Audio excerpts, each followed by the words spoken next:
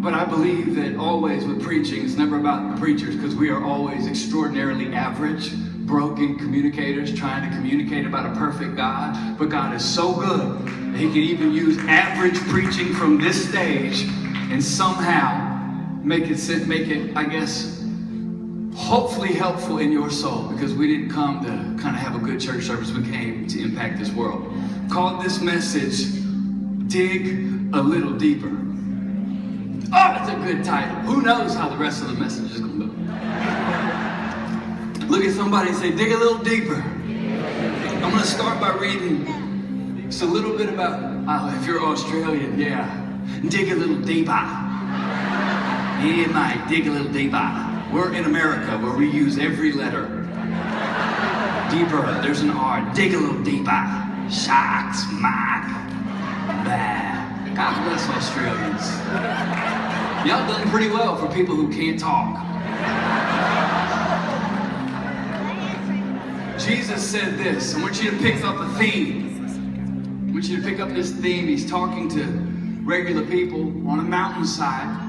And if you're new to this church, we believe the Bible is the inspired word of God. We believe every single word of it is breathed on from heaven. We believe it can change your life. We believe even the maps are anointed. The table of contents can impact you if you read them right. This is Jesus. And He says this, blessed are the poor in spirit, for theirs is the kingdom of heaven. Blessed are those who mourn, for they will be comforted. Blessed are the meek, for they will inherit the earth. Blessed are those who hunger and thirst for righteousness, for they will be filled. You see, the theme here is activation. I am convinced that the best things in life will not be found on the surface level. That if we are willing to dig a little bit deeper, I'm trying not to preach so loud off this, I gotta preach all day.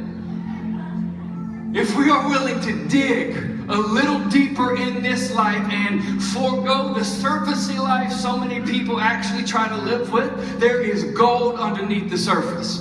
When it comes to your relationships, if you're willing to dig a little deeper, there are some awesome people in this city that you could miss out on if you're just looking here up top at the surface. When it comes to church, you know our church is awesome if you forego the surface and dig a little deeper and go beyond the lights and the music and the services and actually dig in to the lives of people and into the local church. Do you know how awesome it is to be planted and digging and building with some of the greatest people on earth? Marriage is awesome if you bring your shovel. We should start to add shovels to wedding register things. Who needs 7 blenders anyway? If you are willing to dig a little bit deeper in your marriage, it's amazing how when everybody else is headed different directions, your marriage is getting stronger. Not easier, but you start digging a little deeper when you feel like running a little further away. It's amazing what happens, but here's our challenge. You ready? We live, write this down. We've got cameras everywhere this morning just to see who really is about that life. We live in a headline culture while we serve a God that is all about the story. We live, I'm going to drink water all morning so I can preach all day. I know it's kind of rude, but whatever, you can drink too, water.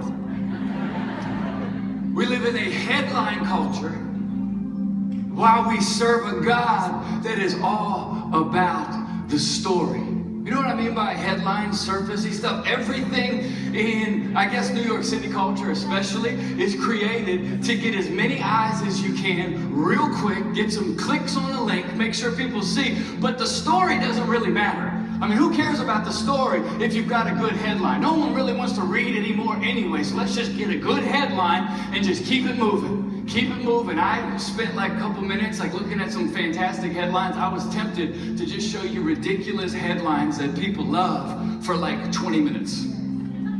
But I just settled on one, just to give you an idea about how ridiculous headline culture is. Without the story, nobody wants any context, nobody wants to dig a little deeper. We'll just settle for awesome headlines like this one. Put it up there, guys, there's a photo.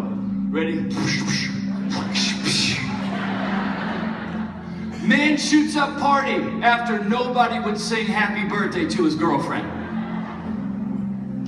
Is that not as funny to you as it is to me? Because I saw this headline. Okay, you can take it off now. That's not really the guy who originally was in the photo, but I didn't know he maybe comes to our church, so I just put somebody with it. The headline is, guy shoots up party because nobody would sing happy birthday to his girl. And I clicked on the story, and there really wasn't much of a story. And I'm like, no way. I want to know why that bothered him so much. I want to know if she had like this dream to get a song sung to her. I want to know if there was like, somebody that just willfully wouldn't sing. Like, I want to know the story. But there is no story. And they got me because I clicked on it and I immediately scrolled to the left. This is our culture. Everything in life, and just look at the surface and move on. Social media, don't tweet too long. Make sure your captions are pretty short because nobody wants to read a story. We don't even get our news from real news sources anymore. We just check our Twitter swipe. Check our Twitter swipe. If you even show somebody under the age of 24 a newspaper, they're going to look at you like you're an alien. Like, what is that? For that matter, even a pencil, they're like, what is that? Even the way we do entertainment, y'all, it affects everything. If you have a party now, the whole idea is how much entertainment can I give people so nobody actually has to talk?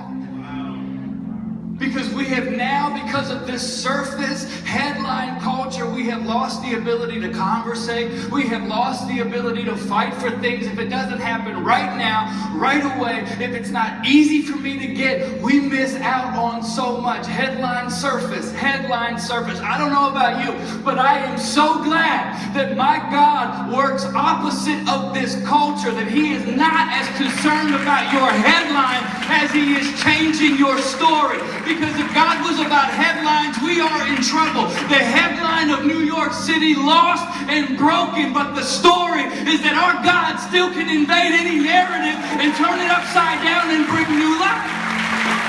The headline of your life might be divorce, broken, failure. Guess what the story is? God can take your brokenness and bring healing. He can take your pain and He can bring a promise through it. And I'm preaching from personal experience because my headline is dude from Virginia that is not good enough.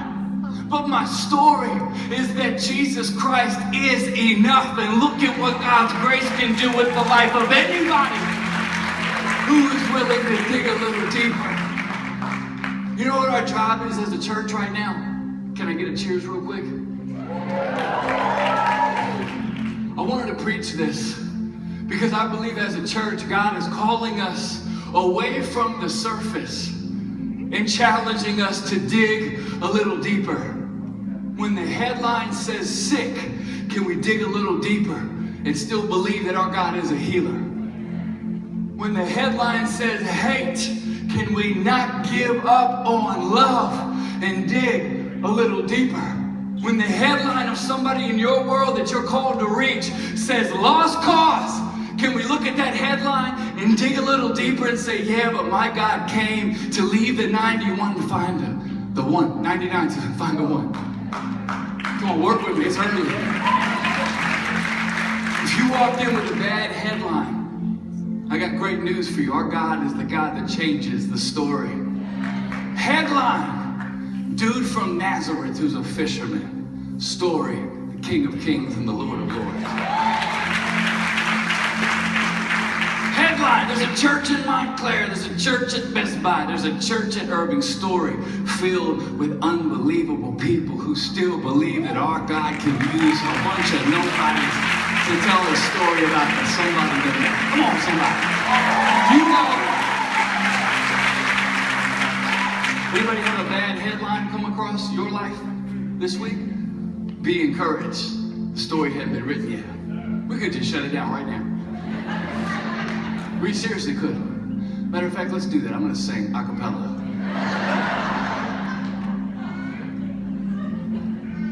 Where's my clock? Jesus knew that people would be about the surface level. And I really feel like for where we are as a church, it's really cool to look at some things that Jesus said, which we're going to do, where if you don't dig a little deeper, you'll write it off. There's a lot of people who stay out of following Jesus because they're not willing to dig a little deeper. And Jesus was so dissatisfied and disinterested with surface level fellowship that sometimes he would throw some stuff out there in the hopes that it would freak people out. That only the people who wanted to hunger and thirst after him would actually know him. Jesus is not concerned with your church attendance. He is not concerned with the trappings of Christianity. When Jesus called people, it was a clear, bold, confronting, no PR spin call. Oh, no, you don't like this? Come to find out. So what we're going to do for the next couple of weeks maybe is talk about some crazy headlines that Jesus said so we can actually figure out what he meant. So you can sound really smart at lunch. Is that okay if we take a couple of these? I'm going to go straight to John chapter 6. And I want you to start to think about whether you brought your shovel into this relationship with Jesus Christ. Because if you're willing to dig a little deeper, you might find out that you've been sitting on the surface today. And that shouldn't condemn you. It should encourage you that you have the right to dig a little deeper. We're Christians. We're the only people in the world where there is no cap to what we can learn. There is no limit to how much of God we get to experience. If we hunger and we thirst and we dig a little deeper, this is one incredible journey. So here's the setup. This is John chapter 6. And I love this. I'm going to start in verse 53 in just a moment. Can I give you the context? Yeah? I'm going to start filming some faces. There's some yawning. There is some like if you're typing on your phone right now, it can't be notes.